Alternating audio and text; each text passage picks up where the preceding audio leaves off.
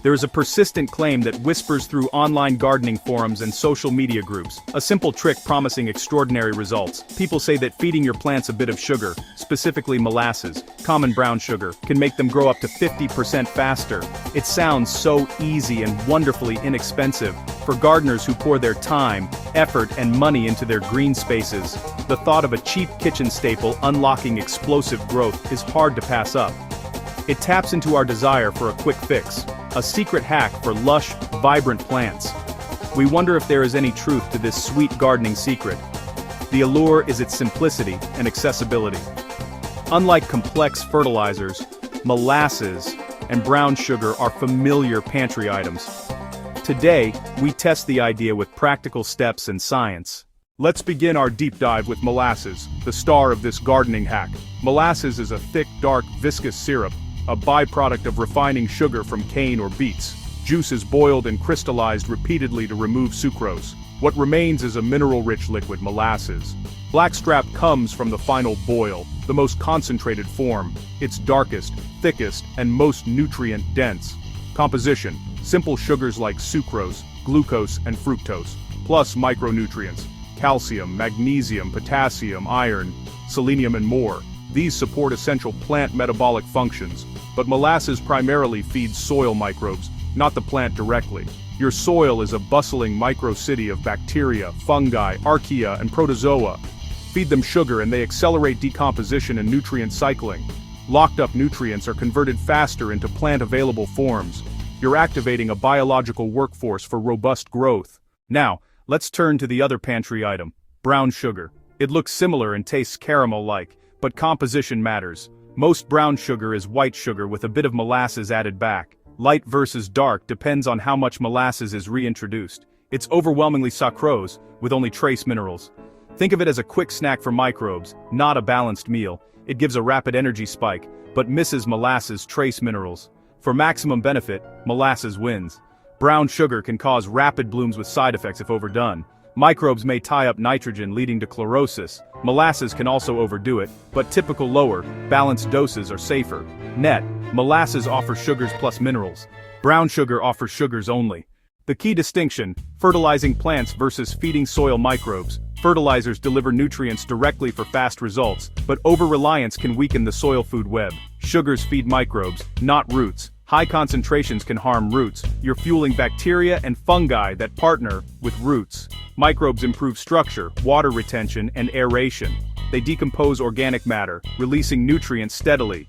This builds long-term fertility and resilience. Important: molasses is not a complete fertilizer. If nitrogen is low, molasses won't fix that. View it as a biostimulant that helps fertilizers and compost work better.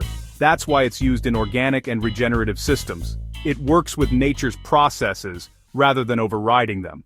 Now let's get practical with a safe, gentle recipe. You'll need a clean watering can or bucket, a measuring spoon, and blackstrap molasses. This mix gives a mild boost to microbial life. Add 1 gallon of warm, not hot water. Use 1 to 2 tablespoons of blackstrap. Start low at 1 tablespoon. Optional: ensure it's unsulfured for garden use. Stir until evenly dissolved to a translucent brown like weak tea.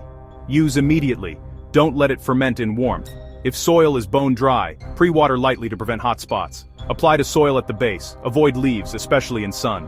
Dose: about 1 cup for small pots, up to 1 quart for larger shrubs. Gently drench the root zone where microbes thrive. More is not better. Keep concentrations low. Timing is everything: when, where, and how to apply. Apply during active growth, spring and summer. Skip winter dormancy.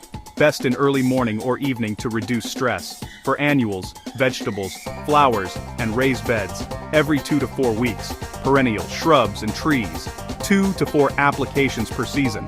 Organic matter-rich beds respond best. Molasses speeds breakdown. Heavy feeders like tomatoes, squash, and corn may show improved vigor.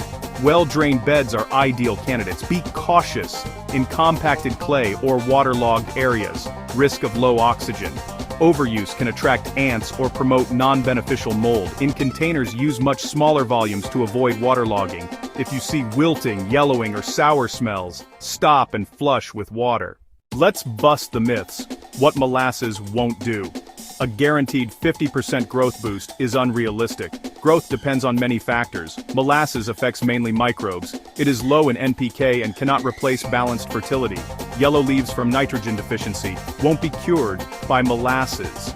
Healthier soil helps resilience, but molasses isn't a pesticide.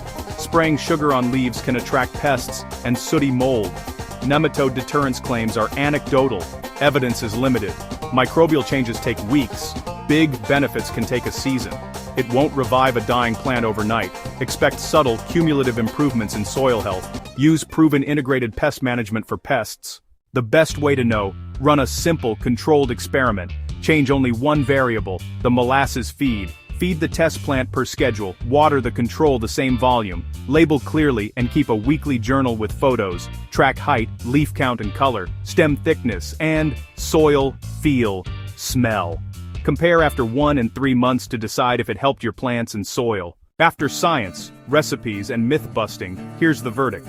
Blackstrap molasses isn't a miracle or a fertilizer. It's a biostimulant. It supplies carbohydrates and micronutrients that invigorate microbes and improve nutrient cycling. Brown sugar can help, but it's less nutritionally complex. Use molasses with compost and balanced fertilizers, never as a replacement. Start at 1 tablespoon per gallon. Apply every few weeks to soil only. Go light and observe. Not magic, but a useful, inexpensive tool for a healthier, more resilient garden.